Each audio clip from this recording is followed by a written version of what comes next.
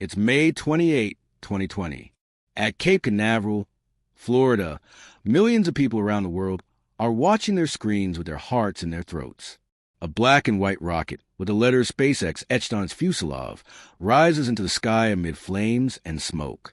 For the first time in 9 years, the United States is launching astronauts from its own soil. But this time, NASA isn't doing it alone. It's a private company. The company of a man who 2 decades ago was rejected by the very space agency that now reports to him. That man stands in the control center, wearing a black t-shirt and jeans, staring at the screens with an intensity bordering on obsession. His moist eyes reflect the flames of takeoff.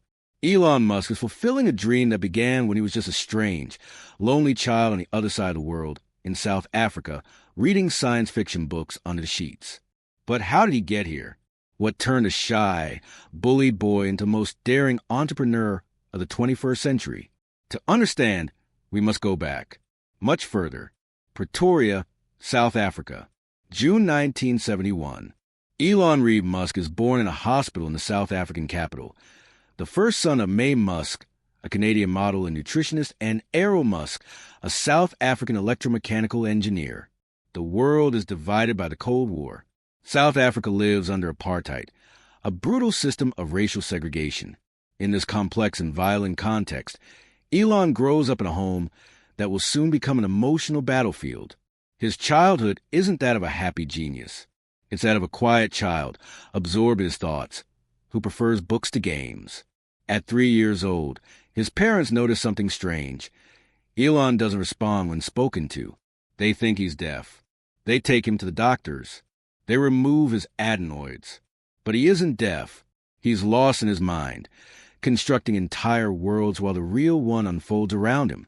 The Musk family home in Pretoria is large but cold. May and Errol's marriage is falling apart. Fighting is constant. Elon, small and skinny, takes refuge in the local library. He reads 10 hours a day. He devours the entire Encyclopedia Britannica. By the age of 8, he's already read almost every book in the neighborhood library. Science fiction, fantasy, physics, programming. It all enters his mind like water into an endless sponge. Asimov, Heinlein, Tolkien. These aren't just stories to him. They're maps of the future. In Asimov's Foundation, he discovers the idea that a civilization can collapse, but it can also be reborn if there are those who work for it. That idea sticks in his brain like a burning nail. Someday, he thinks, humanity will need a backup plan. Someday, someone will have to save it. But before saving humanity, Elon must survive school. And that proves to be harder than any equation. He's the weird kid, the one who reads during recess, the one who talks about rockets and computers. In South Africa in the 1970s and 1980s, that doesn't make you popular. It makes you a target. The beatings begin in elementary school and worsen in middle school. One day, a group of kids corner him on the steps of Bryanston High School. They push him. He falls, rolling. They kick him until he's unconscious. They break his nose. Elon ends up in the hospital.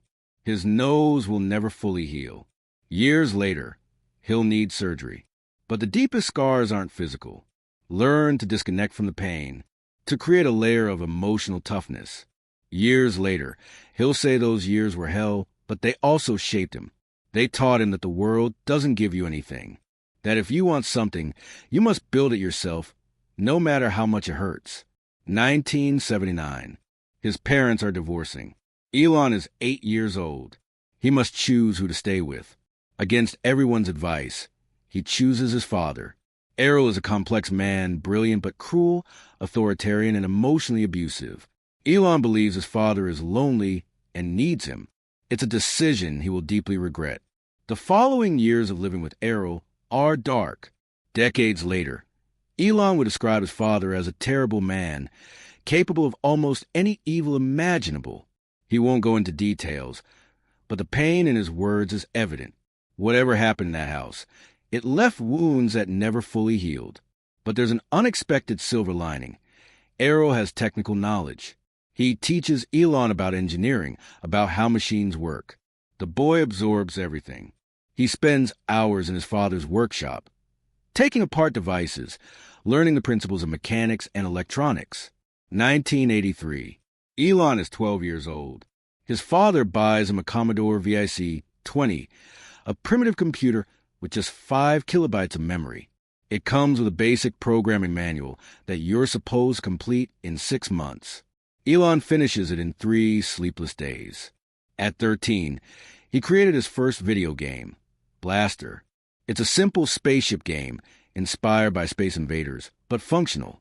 He sold it to a technology magazine called PC and Office Technology for $500. It's not a lot of money, but it's the first time he's earned something with his mind. It's a revelation. He can create things out of nothing. He can turn ideas into reality. And if he can do it with a game, what else could he create? But South Africa feels like a cage. Apartheid is still in place. Military service is mandatory for whites. And Elon knows he doesn't want to serve in an army that upholds racial segregation. Besides, he feels his true destiny lies elsewhere. The United States. Silicon Valley. The place where the future is being built. He studies the map of his life as if it were an engineering problem. He holds Canadian citizenship through his mother.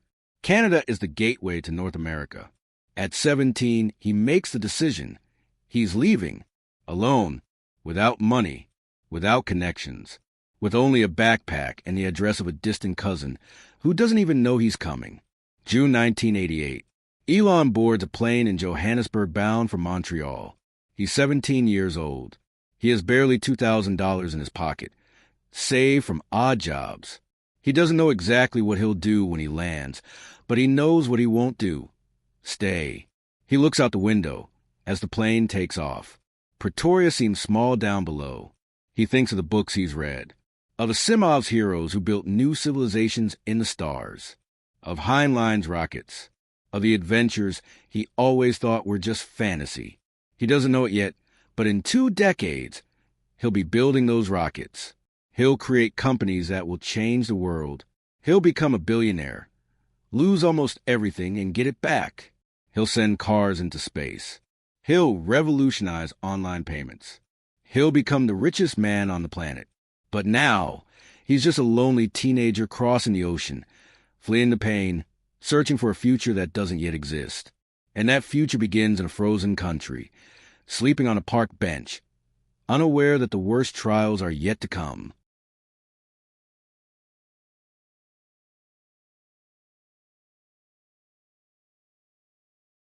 Montreal, Canada, June 1988. Elon Musk steps off the plane and feels the chill of the Canadian air hit him.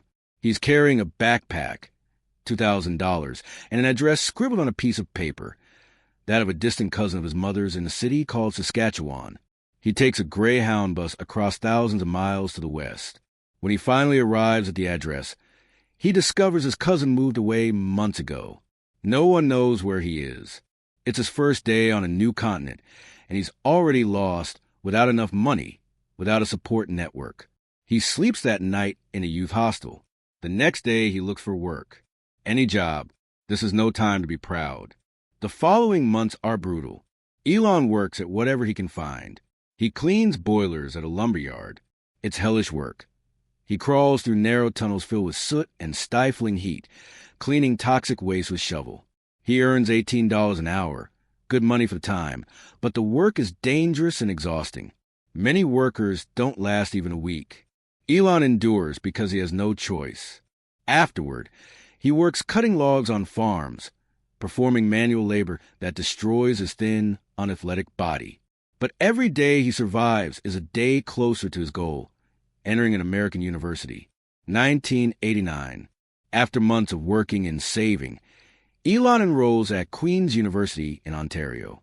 It's not an elite university, but it's Canadian and affordable. More importantly, it gives him time to plan his next move, transferring to the United States. At Queen's, he discovers something new: how to socialize. He organizes parties. He sells tickets. He uses his earnings to pay for his studies. He's not naturally sociable, but he understands that business requires human connections. So he treats it like another engineering problem.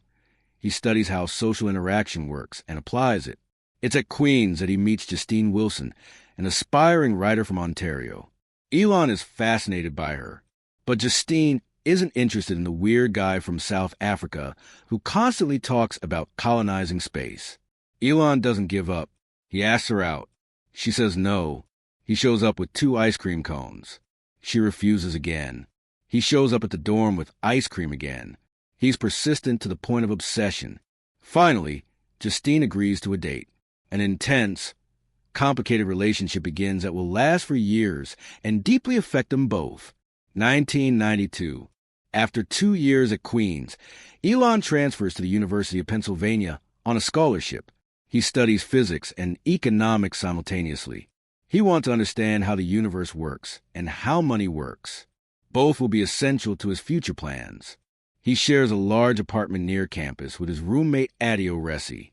To pay the rent, they turn the house into an impromptu nightclub on weekends, charging $5 for admission. Elon doesn't drink or party much at these parties. He observes. He calculates. He thinks about the future while others get drunk. During his college years, Elon obsessively pondered one question. What problems must humanity solve to survive? He identified 3 critical areas that would determine the future of the species. First, the internet will transform information and the global economy. Second, sustainable energy is essential to avoid climate collapse. Third, humanity must become multiplanetary. Earth will not last forever. These aren't vague dreams. They're missions, and Elon decides he'll dedicate his life to working on all 3. It sounds ridiculous, impossible. A 23-year-old college student with no money or connections doesn't change the world. But Elon doesn't think like most people. For him, the impossible is just what no one has solved yet. 1995. Elon is accepted into a PhD program in energy physics at Stanford University, one of the most prestigious universities in the world. It's the academic opportunity of a lifetime. He arrives in California in September, registers for classes, and finds an apartment. And 2 days later, he leaves the program. Why? Because something extraordinary is happening. The internet is exploding. Companies like Netscape are going public and becoming millionaires overnight.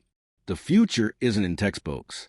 It's happening now, in the garages and makeshift offices of Silicon Valley. Elon makes the riskiest decision of his life up to that point.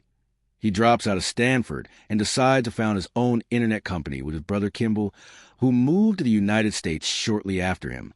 They have no money, so they rent a small office in Palo Alto and sleep there to save rent. They shower at the local YMCA. They eat as cheaply as possible. They live like homeless people while building their startup. The company is called Zip2. It's basically an online business guide, combining maps and directories for newspapers looking to establish an online presence. It's not revolutionary, but it's useful. Elon programs for 20 hours a day. He writes almost all the code himself. He sleeps on the office floor. His brother Kimball handles business relations. But having a product isn't enough. They need investors. They need real money to grow. Elon starts looking for funding. He pitches Zip2 to venture capitalists again and again. And again and again he's rejected. Why? Because he's young, strange, and too intense. He speaks quickly with a thick South African accent.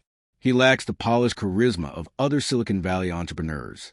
Investors don't trust him as a CEO. He finally secures funding, but with a painful condition. He must resign as CEO. Investors bring in outside executives to run the company. Elon is demoted to CTO. It's humiliating, frustrating, but he needs the money for Zip2 to survive. 1999.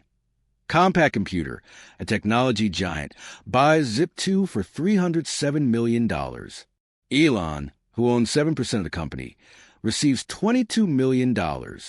At 27, he is a billionaire. Most people with $22 million would retire. They'd buy a mansion, travel, live quietly. Elon buys a McLaren F1, one of the fastest cars in the world, for $1 million. It's delivered to him by a CNN crew that's filming it. It's a moment of celebration, one of the few he'll allow himself, because 2 weeks later, he invests all his money in his next venture. He doesn't keep anything for himself. It all comes back to the game. Because for Elon, Money was never the goal. It's just the tool to build the future. And that future begins with a simple but revolutionary idea. What if you could send money online as easily as sending an email? That idea will be called X.com, and it will almost destroy him.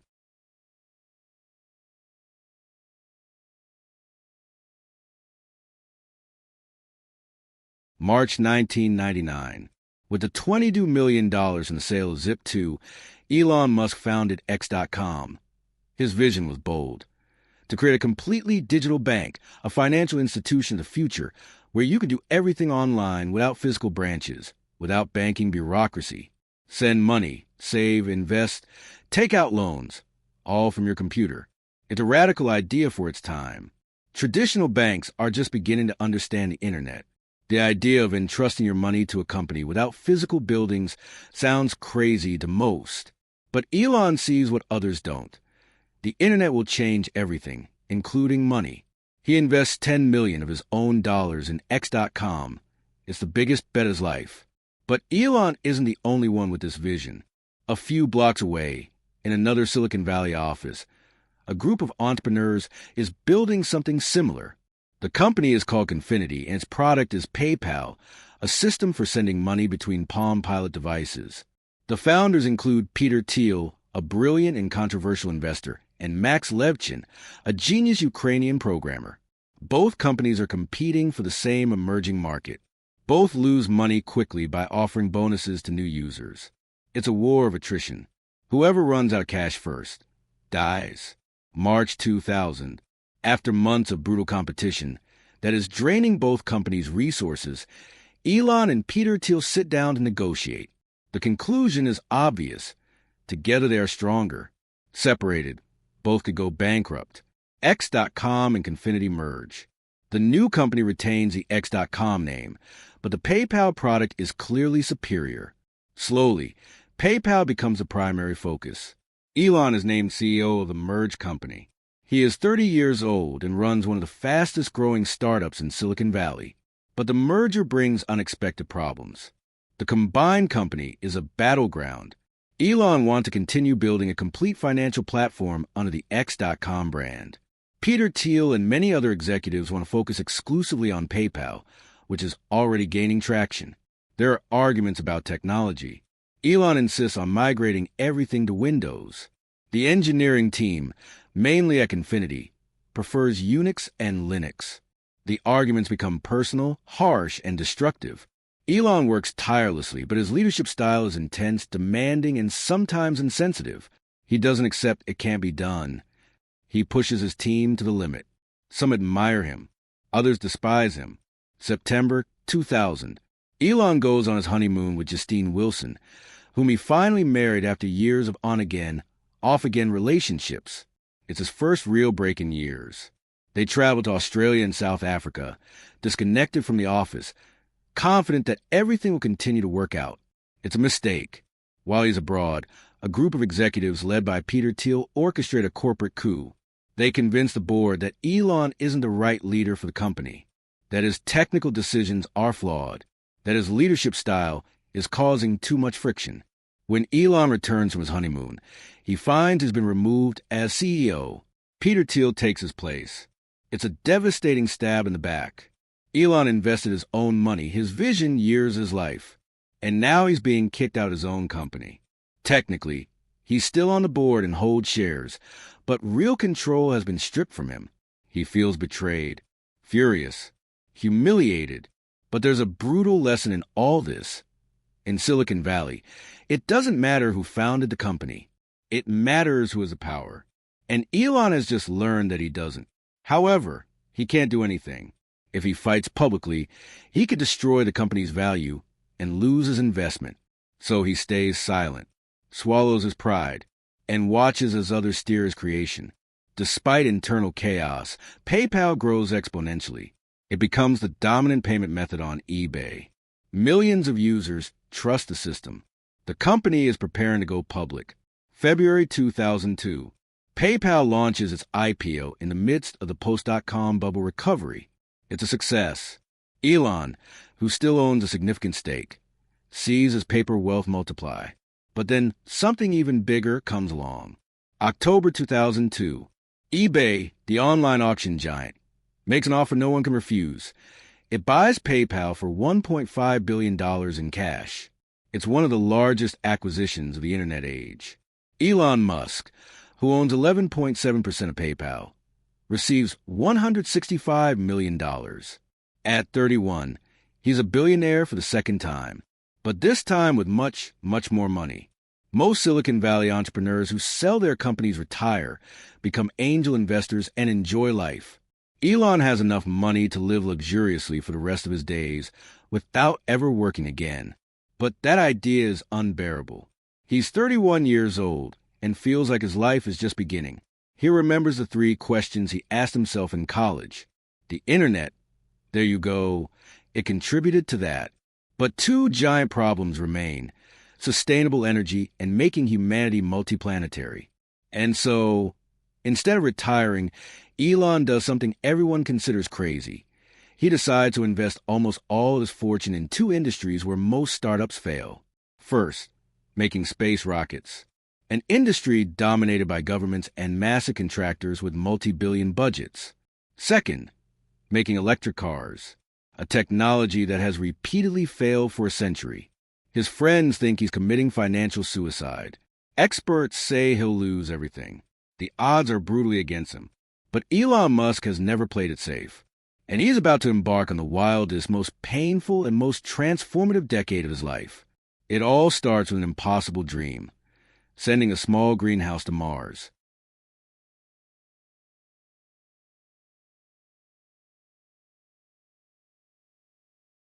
In 2001, Elon Musk is obsessed with Mars. After selling PayPal, he should be relaxing and enjoying himself. But he can't stop thinking about something he read.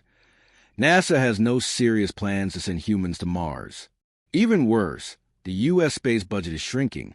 Humanity seems to be losing interest in space. This infuriates him. For Elon, becoming a multiplanetary species isn't science fiction, it's survival. An asteroid, a nuclear war, a climate collapse. Anything could extinguish life on Earth. We need a backup plan. And that plan is Mars. Develop an idea. What if you bought a Russian rocket, sent a small greenhouse to Mars, and broadcast it live? It would be a global media spectacle that would revive public interest in space exploration. Estimated investment: $30 million.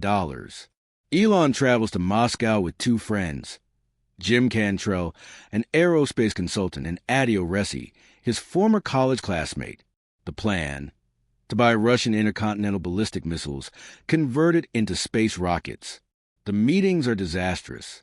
The Russians don't take the young internet entrepreneur seriously. They see him as a millionaire tourist playing astronaut. They offer him an old missile for $8 million. Elon thinks it's too expensive. He negotiates. They raise the price to $8 million per missile. He needs 3. $24 million total. In a particularly tense meeting, one of the Russian designers spits on Elon's shoe. The insult is clear. Elon gets up and leaves. On the return flight, he's furious, humiliated, but also thinking. On the plane back to the United States, Elon opens his laptop and starts calculating.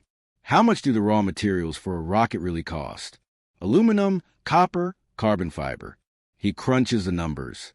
He discovers something astonishing. The cost of materials is just 2% of the price of a rocket. So why are rockets so expensive?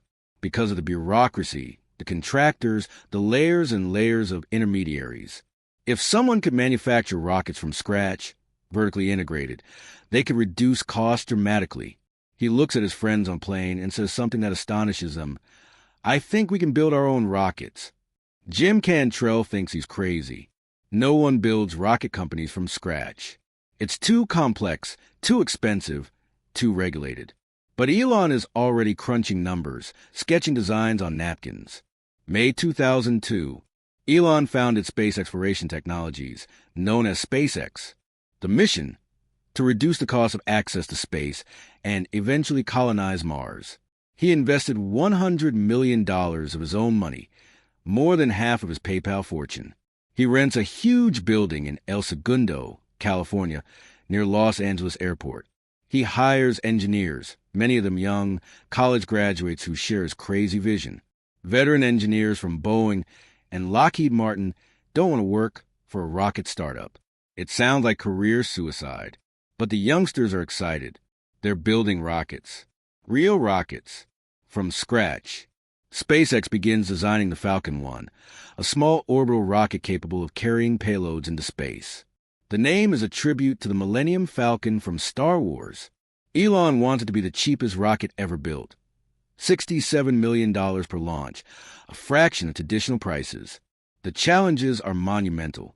Designing rocket engines, creating cryogenic fuel systems, building structures that can withstand extreme forces without disintegrating, and doing it all on a fraction of NASA's budget.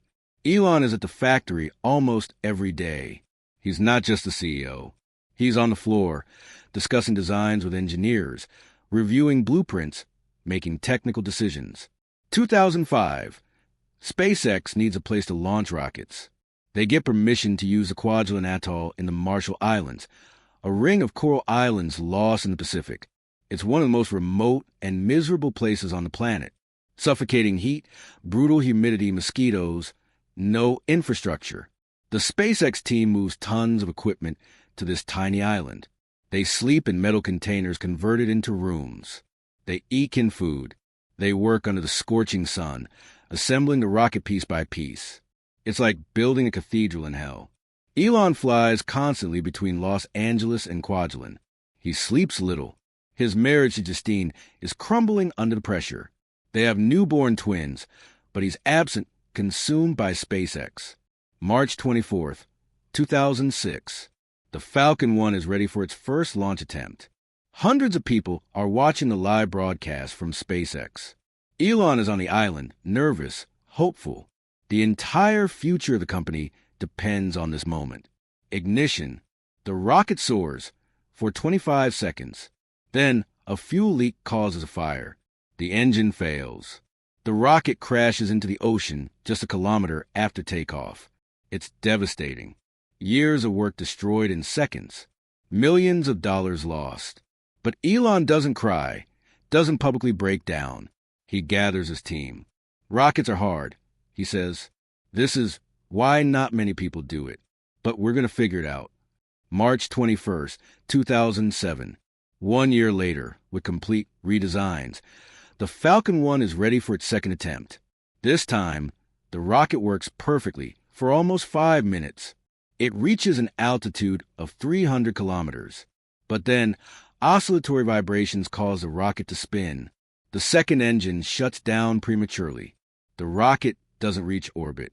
It's technically a partial success, but commercially a failure. Customers pay to reach orbit, not to almost get there.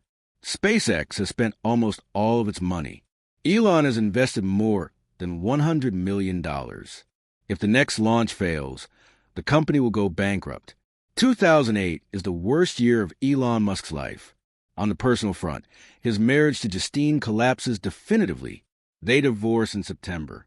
It's bitter, painful, and public. They have 5 children together. After the tragic death of their first baby from sudden infant death syndrome, in 2002 twins, and triplets born via in vitro fertilization, custody becomes a brutal legal battle. On the business front, SpaceX is on the verge of collapse. Tesla, the electric car company in which Elon invested and became CEO, is also in crisis. The global financial crisis is in full swing. No one wants to invest in risky companies. Elon has enough money to save one company, but not both. He must choose, SpaceX or Tesla. It's like Sophie's Choice. Each company represents one of his missions. Each has hundreds of employees who depend on him. August 3rd, 2008, the third Falcon 1 launch. SpaceX has money for perhaps one more attempt after this one. If it fails, it's probably the end. Ignition. The rocket lifts off beautifully. The first engine works perfectly. Stage separation. The second engine ignites. Everything goes well. But then, just after separation, the second engine collides with the first stage, which is separating too slowly. Both explode. 3 attempts. 3 failures. Over $100 million burned. Elon is in the control center in California, staring at the screen. His eyes are red. He hasn't slept well in months. For the first time, some people in the company are wondering if maybe the skeptics were right. Maybe this is impossible. After the third failure, the SpaceX team on Kwajalein is devastated. Some engineers are crying. Others walk silently along the beach, staring at the ocean where the remains of their work fell. Elon immediately flies to the island. That night, he gathers the entire team on the beach. They light a bonfire. Elon stands before them. He's exhausted, gaunt, but his voice is steady. He tells them, "I didn't come all this way to give up. I know it's hard. I know it hurts. But we have enough material and money for one more try. And we're going to do it right. We're going to get to orbit. And if that one fails, I'll find the money for a fifth try and a sixth, and however many it takes.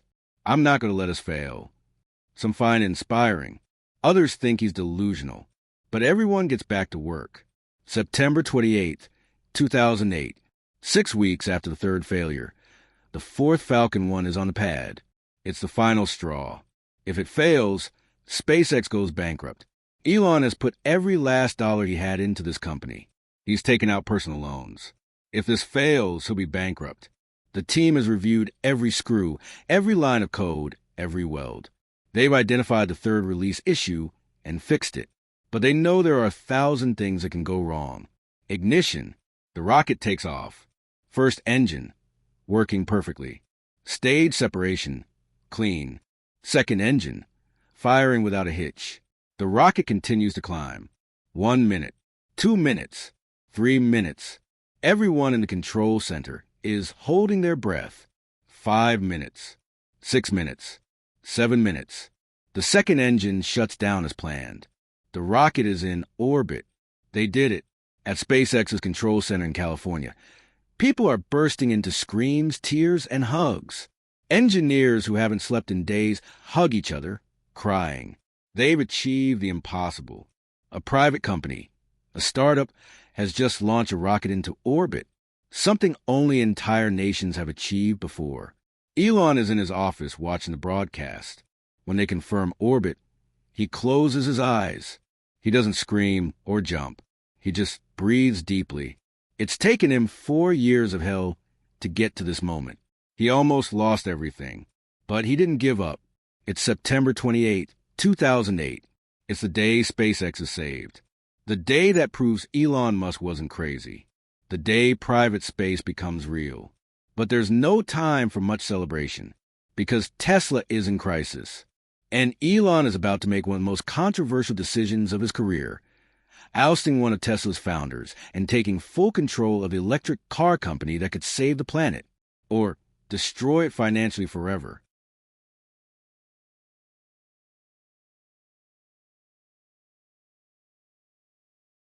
July 2006, 2 years before the success of the Falcon 1. The Tesla Roadster is unveiled in Santa Monica, California. It's a sleek, red sports car that looks like something out of a futuristic movie. But the revolutionary thing isn't its design. It's that it runs entirely on batteries. And unlike the slow, ugly electric cars of the past, this one accelerates from 0 to 100 kilometers per hour in less than 4 seconds. Elon Musk didn't found Tesla. The company was founded in 2003 by Martin Eberhard and Mark Tarpenning, two Silicon Valley engineers who wanted to prove that electric cars could be desirable. But Elon was the first major investor, contributing $6.5 million in the Series A and becoming chairman of the board. His vision for Tesla was clear. Start with an expensive sports car for the rich, use those profits to develop a more affordable luxury sedan, and ultimately create a truly mass-produced electric car. From the rich to the masses. It's the only way to fund the energy revolution. 2007. Behind the glamorous presentations, Tesla is in total chaos. The Roadster costs 3 times more than projected to manufacture. The 2-speed transmission, a key design element, is malfunctioning. It constantly breaks down during testing. Suppliers can't deliver parts on time. The company is burning money without being able to deliver cars. Martin Eberhard, the founding CEO, is overwhelmed. Tensions with Elon are growing. Elon wants rapid and radical changes. Martin defends the original design. Board meetings become battlegrounds. In August 2007, Elon and the board of directors forced the resignation of Martin Eberhard as CEO. It was a brutal and controversial decision. Martin felt betrayed and devastated. Years later, he sued Elon, beginning a bitter legal battle over who deserved to be called Tesla's founder. After Eberhard's departure, Tesla tried several interim CEOs. None worked. The company continued to bleed money. Technical problems remained unresolved. Finally, in October 2008, Elon made a drastic decision. He appointed himself CEO of Tesla. He's now CEO of two companies at the same time, SpaceX and Tesla. Both are on the verge of collapse. Both require undivided attention. It's an impossible burden. But Elon doesn't know how to delegate when it comes to the things that matter to him. December 2008. It's the worst Christmas of Elon's life. SpaceX finally succeeded with the Falcon 1, but Tesla is weeks away from bankruptcy. There's no cash to pay January salaries. Investors are fleeing because of the global financial crisis. Banks aren't lending. Elon has personally invested more than $70 million in Tesla. He's taken out loans, including mortgages on his properties. He's literally going all in. On Christmas Eve, he makes desperate calls to all his contacts, begging for emergency investment. Some friends lend him personal money. Elon contributes every cent he has left, even the money he needed to pay his rent. He sleeps on friends' couches. Finally, at the last possible moment, he raises enough money for an emergency financing round. Tesla barely survives, entering 2009. May 2009. An unexpected lifeline arrives. Daimler, the German giant that owns Mercedes-Benz, is looking into battery technology for its own electric vehicles. They visit Tesla and are impressed. In particular, they are amazed that Tesla can power an electric smart using its battery technology. Daimler invests $50 million in Tesla, buying 10% of the company. It's exactly the vote of confidence Tesla needs. If a respected automotive giant believes in Tesla, other investors can too. Weeks later, Toyota also approaches. The Japanese giant invests an additional $50 million. Tesla doesn't just survive. It begins to thrive. 2009. With Tesla temporarily stabilized, Elon Musk makes another risky decision. Accelerate development of the Model S, a fully electric luxury sedan. It will be larger, more comfortable, and more refined than the Roadster sports car. And it will be designed and built entirely by Tesla, not based on a Lotus chassis like the Roadster. It's a huge gamble. Designing and building a car from scratch costs billions. Tesla doesn't have billions. But Elon is convinced it's the only way to demonstrate that Tesla is a real automotive company, not just a niche sports car maker. He hires Franz von Holthausen, a Mazda designer, to create the Model S. Franz designs a sleek, aerodynamic sedan that looks more expensive than it is. It's beautiful.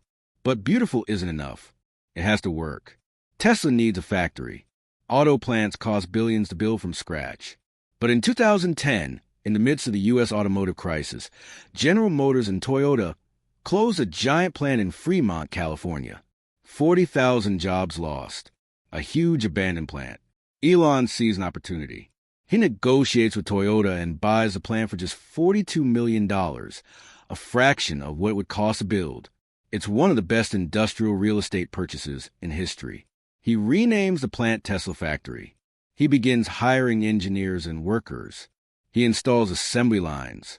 The factory is so large that employees use bicycles to get around. June 29, 2010.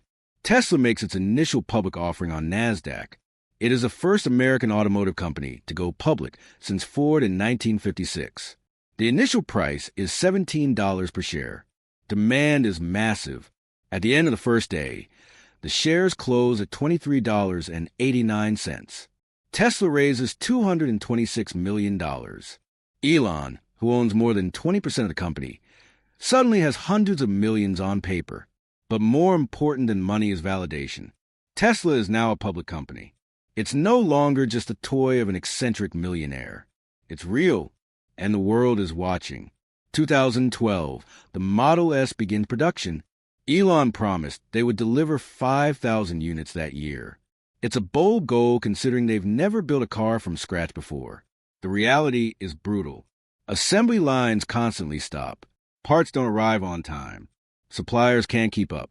Tesla is learning painfully that manufacturing cars is infinitely more complex than designing them. Elon sleeps in the factory. Literally, he has a sleeping bag in a conference room. He works 120-hour shifts. His second marriage, to British actress Tallulah Riley, is buckling under the pressure. Despite the production hell, when the first Model SS reached customers, the reviews are astounding. Motor Trend named it Car of the Year in November 2012. It was the first time an electric car had won this award. Consumer Reports gave it a near-perfect rating of 99 out of 100, the highest they've ever given to any car. Customers are in love. The Model S isn't just electric. It's better than gasoline cars in almost every way. Faster, quieter, safer, with a center of gravity so low it's nearly impossible to tip over. Suddenly, Tesla isn't just a promise. It's the company redefining what a car can be. But there's a fundamental problem with electric cars: range anxiety. People fear running out of battery power in the middle of a trip. Public charging stations are few and slow. In September 2012, Elon Musk unveiled a solution: the supercharger network. Tesla will build its own network of ultra-fast charging stations across the United States. And for Model S owners, charging will be free. Forever. It's another massive gamble. Building this infrastructure costs tens of millions. But it solves the biggest psychological problem with electric cars. And it shows that Tesla is in it for the long haul. Spring of 2013. Just when everything seems to be going well, Tesla faces an existential crisis. 2 Model S cars burst into flames after hitting objects on the road, puncturing the battery. The media goes into a frenzy. Headlines scream about dangerous electric cars. Tesla's stock plummets. Elon responds in characteristic fashion, with complete transparency and swift action. He releases a full accident data. He explains that gasoline cars catch fire far more frequently than electric ones. And he orders a free upgrade that adds an extra titanium plate underneath all Model S models for added protection.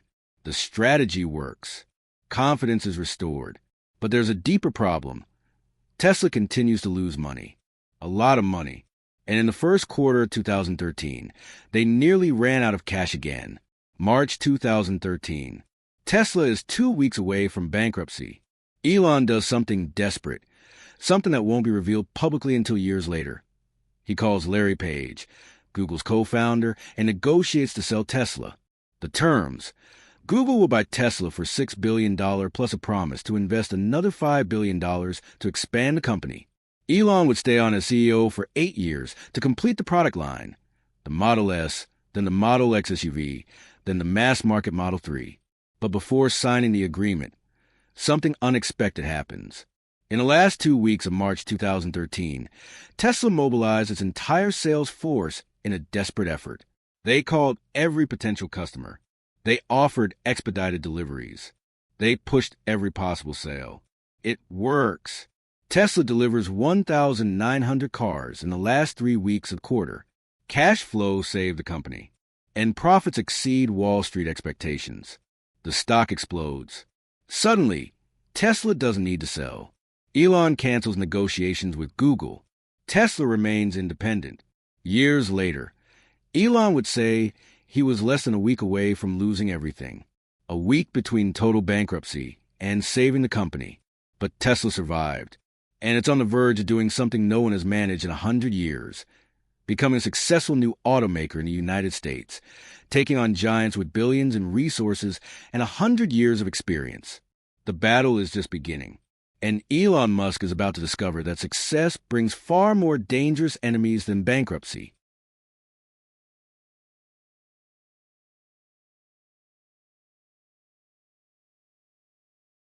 In 2011, SpaceX has had success launching rockets into orbit with the Falcon 9. The Falcon 1's bigger brother. NASA has awarded them contracts to carry cargo to the International Space Station. SpaceX is making real money. But Elon isn't satisfied. Every time they launch a rocket, they use a new one. The rocket is destroyed after each use. It's like scrapping a 747 after every flight from New York to London. Rockets cost $70 million each. If you could reuse them, the cost of access to space could be reduced by a factor of 100. This is the key to making humanity multiplanetary. Without reusable rockets, colonizing Mars is economically impossible. You need to launch thousands of missions. You can't spend $70 million each time. The obvious solution: make the rockets land and fly again. Simple, right? Except no one in history has done it with an orbital rocket. Rockets soar with millions of pounds of thrust. They reach speeds of thousands of kilometers per hour. They travel to the edge of space, and then they simply fall into the ocean and sink. Why not land them like helicopters? Because they're gigantic metal cylinders, almost empty after burning their fuel. It's like trying to land a 14-story building teetering on a jet of fire. The margin of error is microscopic. All the aerospace experts tell Elon it's impossible. NASA tried it in the 1990s with the DCX program and abandoned it. It's too complex, too risky. Better to focus on making rockets that are cheaper to manufacture. But Elon doesn't listen. He assigns a team of engineers to work on propulsive landings. They start with simulations, then physical tests. 2012, at SpaceX's test site in Texas, they're building Grasshopper, a prototype rocket specifically designed to test vertical landings.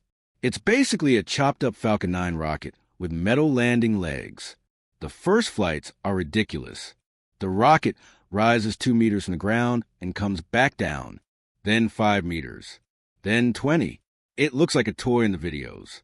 People on the internet make fun of it. Did they spend millions for this?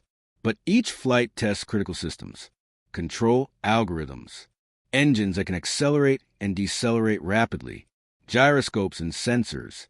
Slowly, Grasshopper jumps higher and higher, 200 meters, 400, 750 meters. By October 2013, Grasshopper had demonstrated that a rocket could fly and land vertically. But doing so with a rocket that is just launched into space is infinitely more difficult. 2013, SpaceX begins attempting to land Falcon 9 first stages after actual orbital launches. At first, they're simply trying to get the rocket to a controlled descent into the ocean. The first attempts are spectacular disasters. The rocket returns from orbit at hypersonic speeds. The control flaps barely function. The stage disintegrates or explodes upon hitting the water. Again and again. But with each failure, they learn. They tweak algorithms. They improve navigation software. They add more reserve fuel for the landing maneuver. 2014, Elon Musk unveils a bold plan to build an autonomous floating platform in the ocean where rockets can land. He calls it ASDS, which stands for Autonomous Spaceport Drone Ship, or, as it's known on social media, Of Course I Still Love You, a name taken from a science fiction novel. It's a huge barge with dynamic positioning engines that keep it stable in the ocean. On top of it, there's a landing pad marked with giant X. The idea: after launch, the first stage flies back, orients itself, and lands softly on the barge. It sounds like science fiction. Many experts say it's impossible. The ocean is moving. The rocket is almost out of fuel. A centimeter error means an explosion. January 10th, 2015. SpaceX launches a Falcon 9 carrying the Dragon capsule to the International Space Station. For the first time, they will attempt to land the first stage on the floating barge. The launch is perfect. The first stage separates, turns around, and begins its descent. Engine reignition. It's descending toward the barge. Cameras broadcast live. Millions watch. The rocket reaches the barge, but it's coming in too fast. It touches the platform and then tips, its landing legs giving way. The rocket explodes in a spectacular fireball. The barge survives but is destroyed. Elon tweets a photo of the smoldering wreckage with a comment: "Close but no cigar this time. Almost, but not this time. Safe landing in the ocean, not on the barge." Over the next few months, SpaceX tries again and again. Every launch now includes a landing attempt. April 2015. The rocket runs out of hydraulic fluid for control flaps. It falls on its side. Explosion. June 2015. The launch itself fails. The rocket explodes just 2 minutes after takeoff. The payload is lost. It's SpaceX's first launch failure since 2008. A brutal reminder that rockets are still dangerous. December 21st, 2015. SpaceX is trying something different. Instead of landing on the ocean-going barge, the Falcon 9 will attempt to return completely to solid ground to Cape Canaveral near the launch site. It's more difficult because it requires more reserve fuel, which limits the payload. But it eliminates the variables of the barge moving in the ocean. The launch takes place at night. The Falcon 9 soars into the darkness, a pillar of fire rising. The first stage separates. For several minutes, there is no news. Then, in the darkness, a point of light appears in the sky. The rocket is returning. The reigniter engine slows its descent. Closer and closer. The crowd at Cape Canaveral holds its breath. The rocket descends perfectly. Its legs unfold. It touches down. It stays upright. Silence for a second. Then roars, screams, tears. In the SpaceX Control Center, the team is hysterical with joy. Elon hugs the engineers. Some weep openly. They have achieved the impossible. For the first time in history, an orbital rocket has gone into space and returned to land intact. It's December 21st, 2015, the day that changes the space industry forever. April 8th, 2016. Now that they've demonstrated land landings, it's time to conquer the barge. Some missions require so much power that there isn't enough fuel to return to land. The ocean-going barge is necessary. The Falcon 9 launches a satellite into a very high orbit. It requires a lot of energy, leaving barely enough fuel to land. The first stage returns from very far away, very quickly, with very little margin for error. It descends toward the barge, "Of course, I still love you," floating in the Atlantic. The main engine fires, braking abruptly. The rocket rocks slightly. Last-second corrections are made. It touches the platform. The legs brace themselves. It stands, barely balancing on the barge as it rocks in the waves. This time, the rocket survives. It's the first successful landing on an ocean platform. The limits of what's possible have just expanded again. March 2017. Landing rockets is impressive, but the real goal is flying the same rockets again. SpaceX takes a Falcon 9 that landed months earlier, checks it out, refuels it, and launches it again. It's a historic but strangely anticlimactic moment.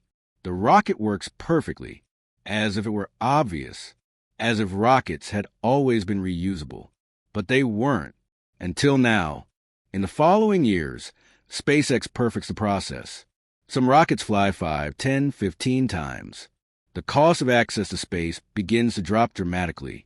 What once cost $100 million now costs $60 million, then $50 million.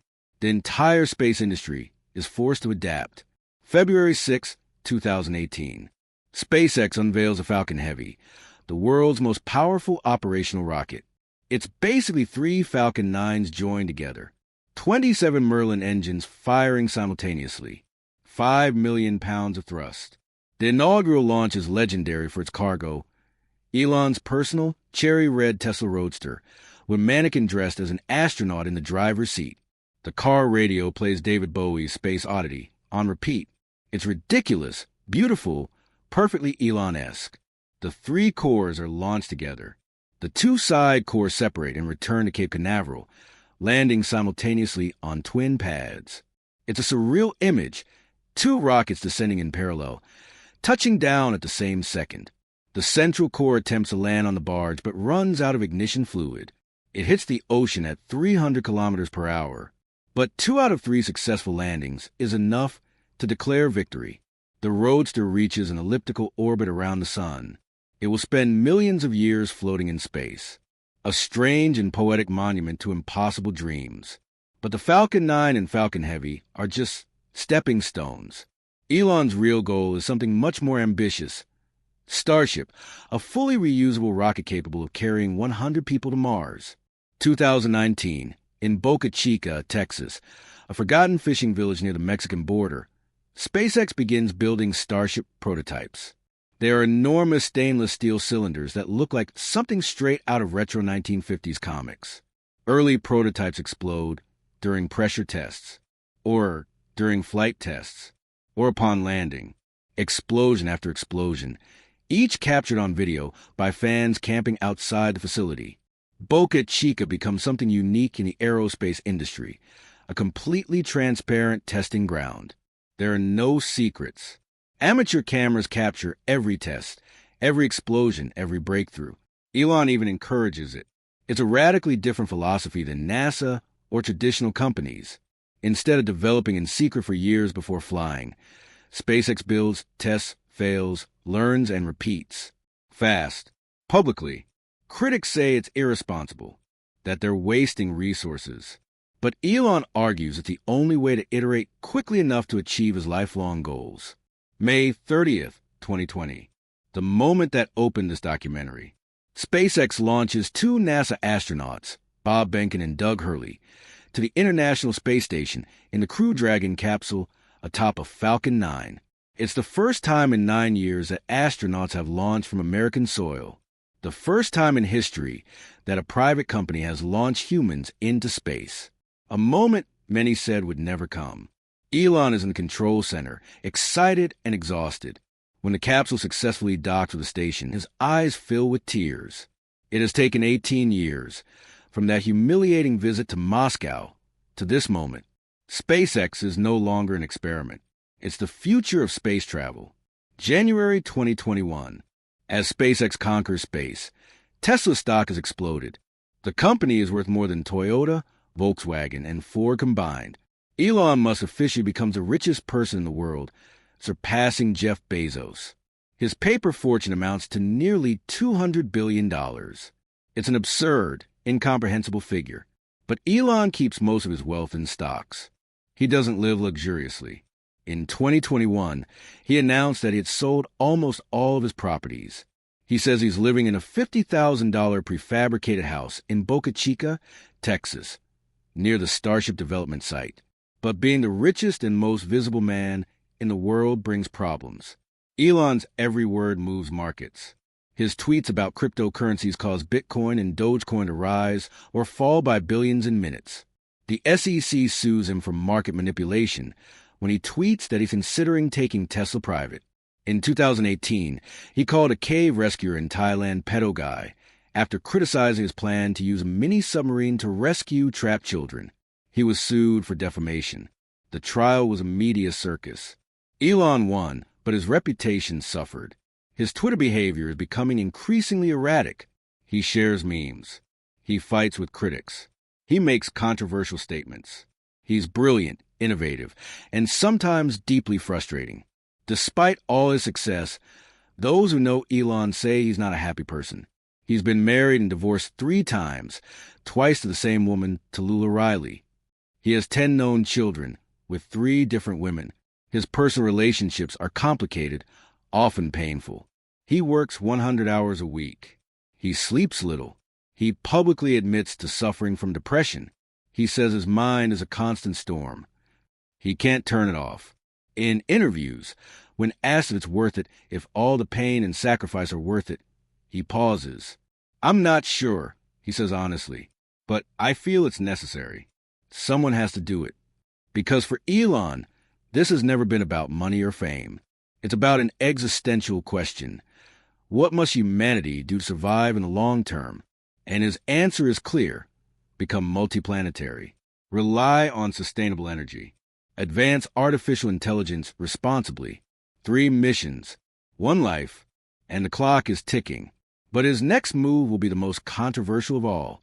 Because in 2022, Elon Musk will do something no one expected. He will buy Twitter, the social media platform, for $44 billion. And that movement almost destroyed him.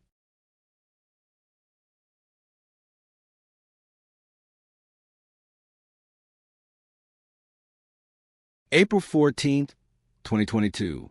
Elon Musk makes a public offer to buy Twitter for $44 billion. The news shakes Silicon Valley.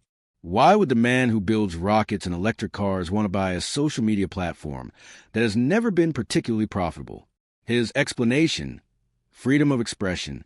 Twitter, says Elon, has become too censored, too political, too controlled by a small elite of moderators in San Francisco. He wants to turn it into the digital public square where all voices can be heard. Twitter's board initially resists. They implement a poison pill to prevent a hostile takeover. But when Elon demonstrates he has the real financing by selling Tesla shares and securing bank loans, the board has no choice. They accept. April 25th, 2022. The deal is closed. Elon Musk will buy Twitter for $54.20 per share. It's the largest leveraged buyout in tech history. But almost immediately, Elon begins to have second thoughts. Twitter reveals that up to 20% of its accounts could be bots, automated fake accounts. Elon argues that this fundamentally changes the company's value. In July, he attempts to cancel the deal. Twitter sues him, forcing him to honor the contract. A brutal legal battle ensues. Twitter's lawyers argue that Elon simply changed his mind when Tesla's stock price fell, reducing his personal wealth. Elon's lawyers argue that Twitter lied about its fundamental metrics. October 27, 2022. After months of legal drama, Elon finally closes the deal. He walks into Twitter San Francisco headquarters, carrying a sink, entering Twitter HQ. "Let that sink in," he tweets. It's a play on words. Sink means both lavatory and assimilate. Vintage Elon. His first action: fire CEO Parag Agrawal and several senior executives immediately. He tells them to leave that same night. Some receive termination emails. The message is clear. Everything is going to change. Now, Elon Musk's first few weeks in office are chaotic. He lays off 75% of Twitter's workforce, reducing the company from nearly 8,000 employees to fewer than 2,000. Some entire teams disappear overnight. The remaining employees are given an ultimatum: commit to working extremely hardcore hours, or take severance pay and resign. Thousands more leave. Critics predict that Twitter will collapse. Without engineers to maintain the servers, without moderators to police content, the platform will die, they say. But it doesn't collapse. Somehow, with a skeleton crew, Twitter keeps running. Elon quickly implements controversial changes. The most famous: Twitter Blue, an $8 a month subscription that gives you a blue verification checkmark. Previously, these checkmarks were only given to verified notables. Now, anyone can pay for them. It's an immediate disaster. Fake accounts by verification and impersonate brands, celebrities, and politicians. A fake verified Eli Lilly account tweets that insulin is now free. The pharmaceutical company's stock plummets. Another account impersonates Nintendo and posts inappropriate content. Elon pauses Twitter Blue after just 2 days. It's a humiliating start, but he insists the subscription model is the future. Twitter needs revenue beyond advertising. Advertisers are fleeing en masse. Major brands like General Motors, Pfizer, and Volkswagen are pausing their Twitter campaigns. They are concerned that the reduction in moderation will turn the platform into a toxic Wild West, where their ads appear alongside extremist content. Elon responds with an angry tweet: "To all the advertisers trying to blackmail me, fuck you." It's crude, impulsive, exactly the kind of reaction that sends more advertisers running. Twitter's revenue is plummeting. The company Elon bought for $44 billion is now estimated to be worth less than $20 billion. It has lost half its value in months. And Elon sold nearly $30 billion in Tesla stock to finance the purchase, shares that are now worth much less due to the market crash. It is possibly the worst investment in the history of Silicon Valley. Elon insists he's standing up for principles. He restores accounts that have been permanently suspended, including that of former President Donald Trump. He says Twitter had been too arbitrary in its suspensions, inconsistently applying rules based on political bias. He published the Twitter Files, internal documents he said showed how Twitter coordinated with government agencies to suppress stories, including the Hunter Biden laptop story, ahead of the 2020 election. His supporters call him a free speech hero. His critics accuse him of turning Twitter into a megaphone for misinformation and hate speech. The truth, as always, is complicated, just like he did at Tesla and SpaceX during their crises. Elon sleeps in the Twitter office. He turns a conference room into his temporary bedroom. He works 20-hour days trying to stabilize the company. His personal life suffers. His relationship with singer Grimes, with whom he has 2 children, ends in chaos. In 2022, it was revealed that he also fathered twins with Shervon Zeeles, an executive at Neuralink, another of his companies. Elon now has at least 10 known children, although he is extremely private about his family life. July 2023. In a surprise move, Elon Musk announces that Twitter will cease to exist. The company will rebrand itself as X. The iconic blue bird disappears, replaced by a simple black X. It's a name Elon has loved for decades, ever since his first startup, X.com. His vision: to turn X into an everything app similar to WeChat in China. Payments, messaging, shopping, all in one platform. Users are confused and many are angry. Twitter is one of the most recognized brands in the world. Throwing that away seems crazy. But Elon insists Twitter was the old company. X is the future.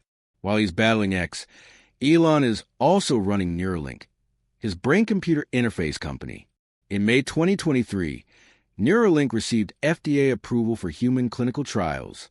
The technology, coin-size implants, are placed in the brain using robotic surgery. The implants read neural signals and transmit them to computers. The initial goal: to help paralyzed people control devices with their thoughts. Elon's long-term goal: to allow humans to merge with artificial intelligence so that they won't be left behind when AI surpasses human intelligence.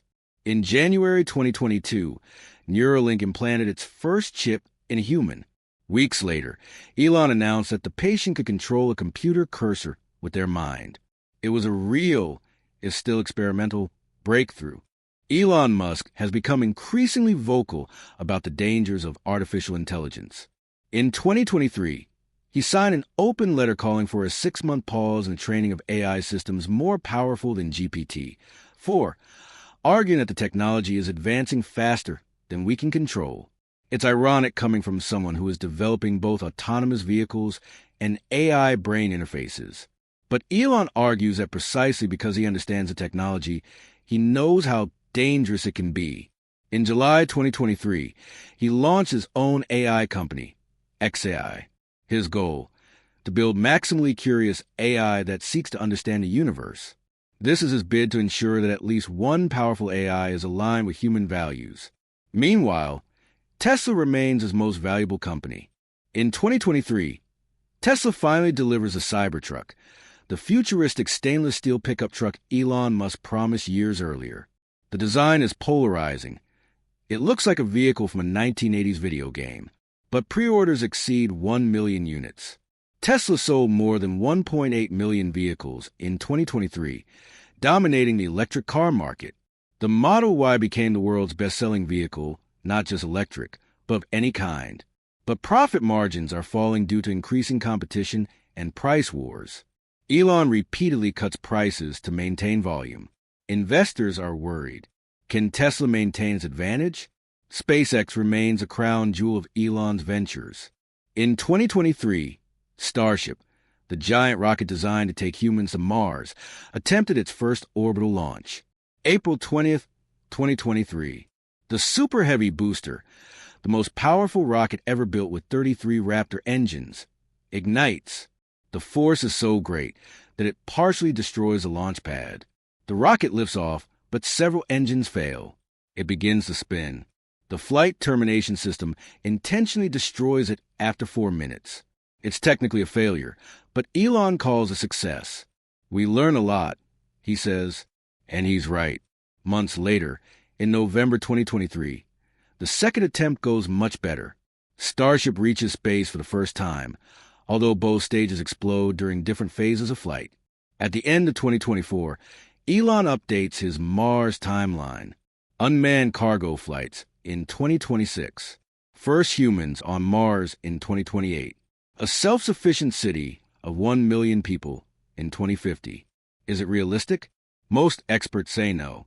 The technical challenges are immense. cosmic radiation, Martian dust, on-site fuel production, long-term life support. And that's not to mention the astronomical costs. But the same experts said reusable rockets were impossible. They said a startup could never compete with automotive giants. They said Elon would fail dozens of times. And yet, here we are.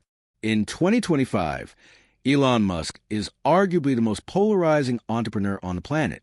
He has millions of admirers who see him as a true visionary working to secure humanity's future, and millions of detractors who see him as a narcissistic billionaire with a god complex. He's been accused of creating toxic work environments, of making promises he doesn't keep, of manipulating markets, of spreading misinformation, of being reckless, selfish, and cruel. He's also been praised for revolutionizing entire industries, for making space accessible, for accelerating the transition to clean energy, for never giving up on the impossible. The truth is, he's probably both, a genius and a troublemaker, a visionary and a tyrant, someone who can achieve extraordinary things but also causes real damage along the way. Will Elon Musk's legacy be? It's too early to know. His story isn't over yet. He's 53 years old in 2025. He could live another 3 or 4 decades. Will it succeed in taking humans to Mars? Will Tesla continue to dominate, or will it be overtaken by competitors? Will X become the super app it envisions, or will it be remembered as Silicon Valley's worst business? Will Neuralink cure paralysis, or will it be a failed experiment? Nobody knows. Not even him. But what's undeniable is this. Elon must change the world, for better or worse. He forced the automotive industry to take electric vehicles seriously. He revived space exploration when it was dying. He made millions of people dream of the stars again. And perhaps that is the most important legacy, reminding us that the impossible is only what no one has solved yet.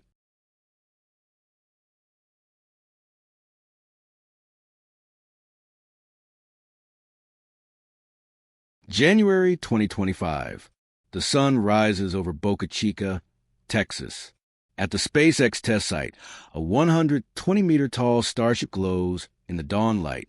Engineers in hard hats perform final checks.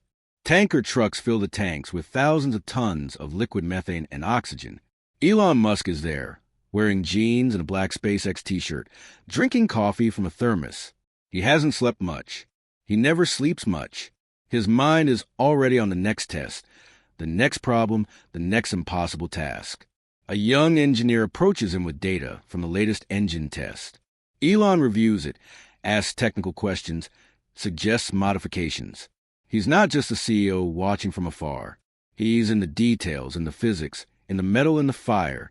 This is a scene that defines Elon Musk, a man standing in front of a giant rocket he helped design, preparing to launch it into a future most believe impossible.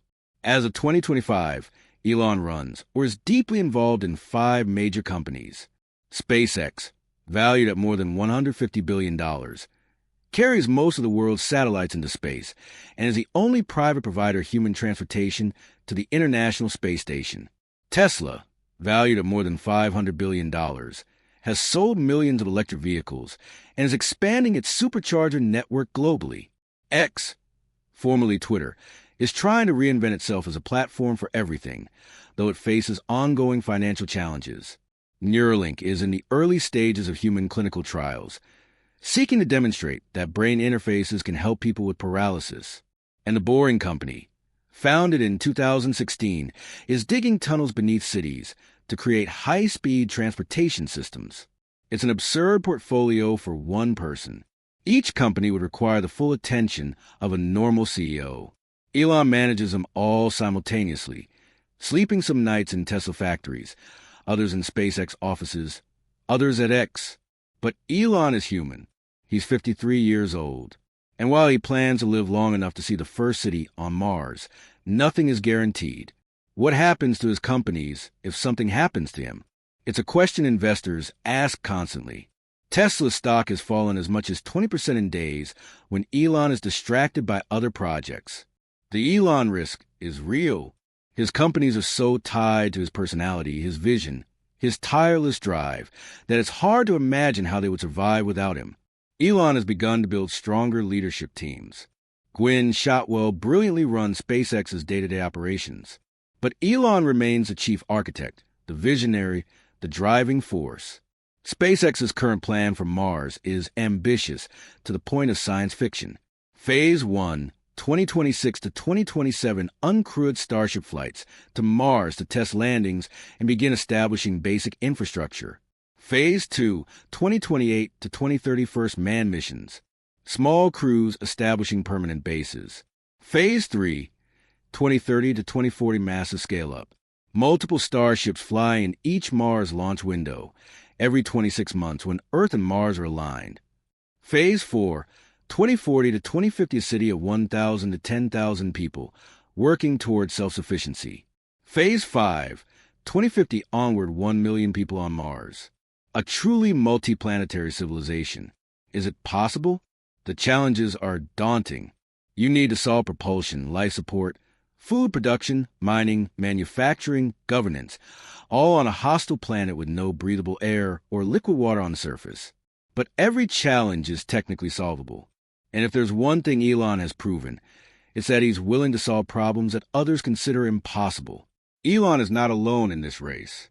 Amazon founder Jeff Bezos has Blue Origin, which is also developing reusable rockets, and has its own plan to colonize space, albeit focus on orbital habitats rather than Mars. The relationship between Elon and Bezos is coldly competitive. Elon publicly criticizes Blue Origin for its slow progress. Bezos responds with measured statements about step by step. But competition is good. It accelerates innovation. And ultimately, both are working toward the same goal, making space accessible to humanity. China is also investing billions in its space program, with stated plans to establish a lunar base and eventually reach Mars. The new space race isn't between nations as it was in the 1960s. It's between nations, billionaires, and corporations. At Tesla, the next big challenge is full self-driving FSD. Elon has promised for years that Teslas will be capable of completely self-driving. He has repeatedly failed to meet these deadlines. In 2025, Tesla FSD is available but still in beta. It can drive in most situations, but requires constant human supervision. Achieving true Level 5 autonomy, no human intervention, required under any conditions, remains elusive. If Tesla succeeds, it will revolutionize transportation. Fleets of Tesla robot axes could provide cheaper transportation than owning a car. But if it doesn't succeed soon, competitors like Google's Waymo could take the lead. Elon Musk is also pushing the development of Optimus, a humanoid robot designed to perform repetitive and dangerous jobs. Early prototypes are clumsy, almost comical.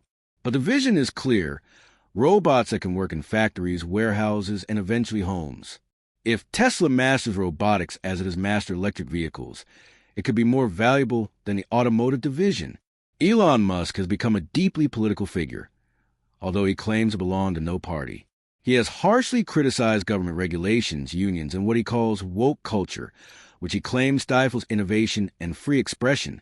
His political positions have alienated many of his former admirers, particularly on the progressive left, who initially celebrated him for promoting electric cars and clean energy. At the same time, he has gained followers in conservative and libertarian circles. In 2024, Elon publicly involved himself in American politics in ways unprecedented for a tech CEO. He used X to amplify certain political voices. He openly criticized government officials. Some saw him as a citizen exercising his freedom of speech. Others saw him as a billionaire, using his influence to shape politics in his favor. Elon has at least 10 known children, though he is extremely private about his family life. His eldest son, Nevada, tragically died at 10 weeks old in 2002. He was followed by twins Griffin and Vivian, and triplets Kai, Saxon, and Damien with his first wife, Justine. In 2020 and 2022, he had 3 more children with musician Grimes. XAXII, pronounced X-A12, although the legal name was changed by California law, Exa Dark Sidereal, and Techno Mechanicus. The names reflect Elon's fascination with technology and science fiction. He also has twins with Neuralink executive Shervon Zeles, born in 2021. One of her children, Vivian Jenna Wilson, formerly Xavier, transitioned at 18 and legally changed her last name, declaring that she did not want to be related to my biological father in any way. It's a painful reminder that professional success doesn't guarantee family happiness.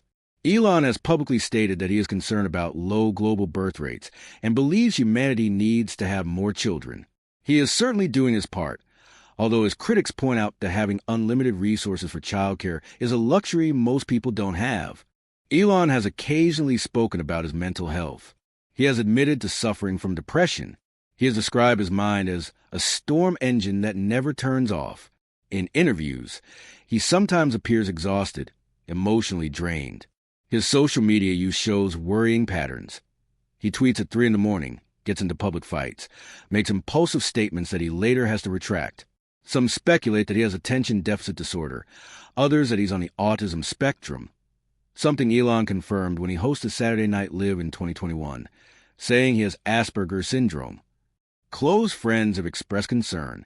The pace at which he's working is unsustainable. Eventually, something has to give. The question is what? His health, his relationships, or his ability to continue moving his companies forward. There's a human cost to Elon Musk's legacy that can't be ignored. Multiple reports from former SpaceX, Tesla, and ex-employees describe brutal work cultures. 80 to 100-hour weeks. Impossible expectations. Sudden layoffs. Elon pushing teams beyond their limits. Some employees describe him as inspiring, the most brilliant leader they've ever worked for. Others describe him as abusive, someone who publicly humiliates those who don't meet his impossible standards. The lawsuits are piling up. Racial discrimination at Tesla factories, sexual harassment, unsafe working conditions. Tesla has paid out multiple legal settlements. Elon's public image as a benevolent genius saving humanity contrasts with stories of workers crying in factory bathrooms after being reprimanded. Do the ends justify the means? If Elon truly helps make humanity multiplanetary and accelerate the transition to sustainable energy, do the human costs along the way matter? It's an awkward moral question with no easy answers. Beyond electric cars, Tesla is working on complete energy solutions. Tesla Energy produces Powerwall batteries for homes and Megapack systems for grid-scale storage. The vision: to combine solar generation with battery storage to create completely sustainable energy systems. In 2025, Tesla Megapack installations are operating in Texas, Australia, and elsewhere, stabilizing power grids and storing renewable energy for when the sun doesn't shine and the wind doesn't blow. If this technology is successfully scaled, it could solve one of the biggest problems facing renewable energy: intermittency. That would be an achievement as significant as electric vehicles themselves. Elon Musk's artificial intelligence company, xAI, launched Grok, an AI chatbot, in 2023.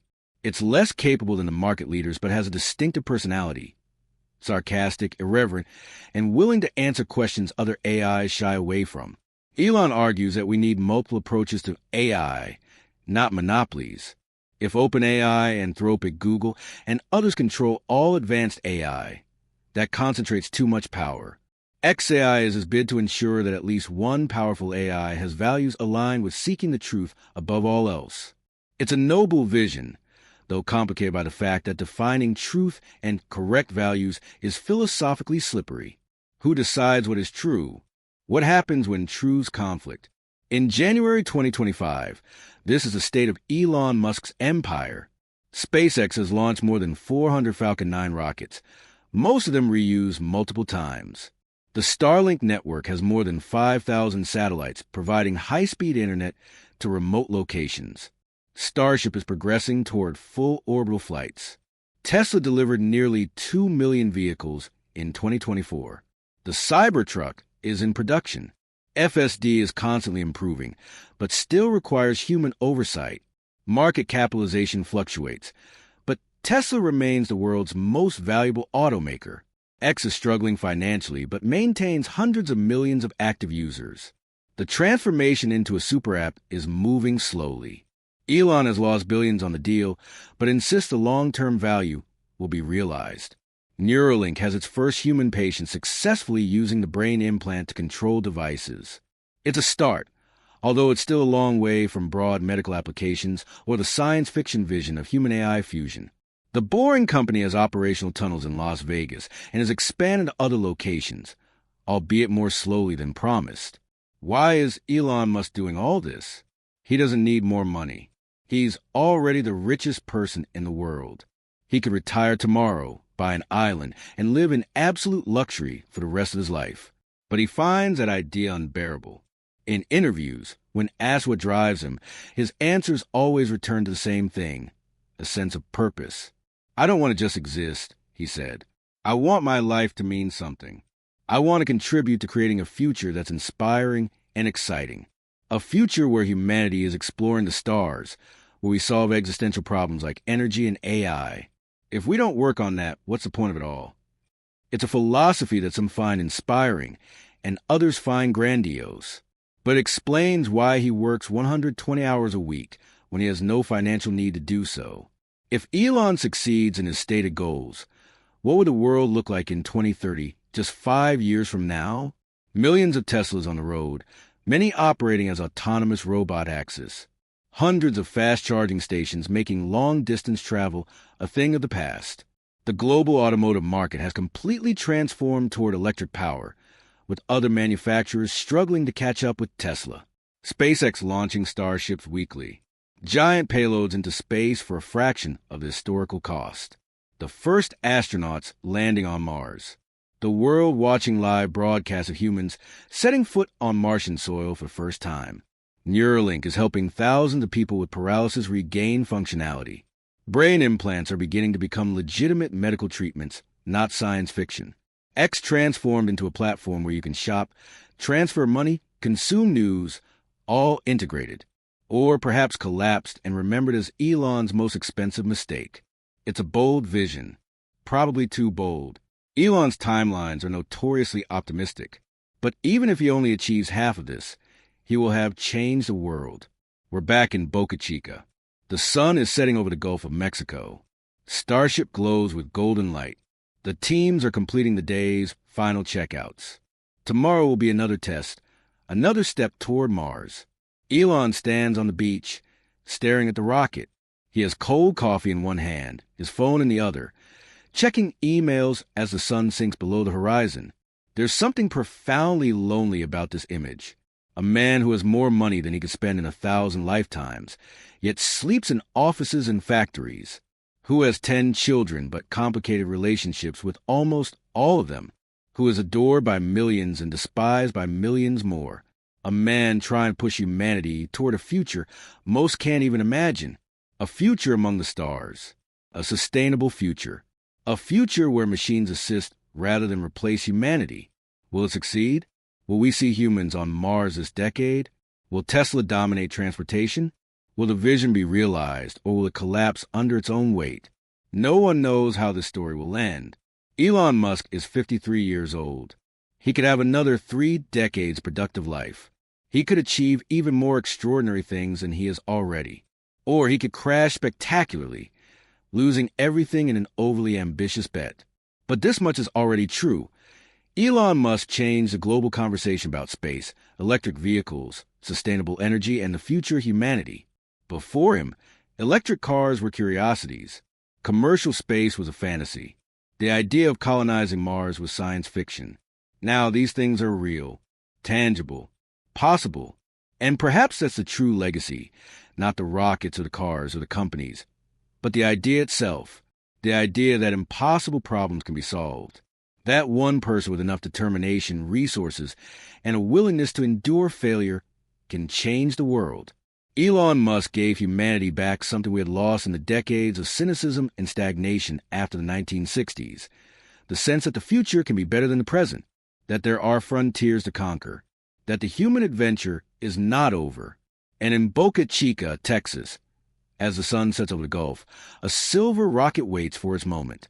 It waits for the day when it will finally carry humans through the black void of space toward a dusty red planet millions of miles away. Look forward to the day when humanity becomes what we always dreamed of being, a multiplanetary species, explorers, survivors, builders of new worlds. And that rocket has a name engraved on its fuselage: Starship. Starship, the name of an impossible dream that a strange, lonely boy in South Africa had decades ago, reading books under the sheets, imagining the stars. A dream that, against all odds, against all experts, against logic itself, is becoming reality, step by step, failure after failure, explosion after explosion. Forwards, always forward. Because for Elon Musk and those who share his vision, the only true failure would be to stop trying. Elon Musk's story isn't over. It's just beginning. And the next chapter will be written by all of us, watching, judging, waiting to see if the richest and most controversial man in the world can really pull off the impossible. It can make humanity look up again, towards the stars, homeward,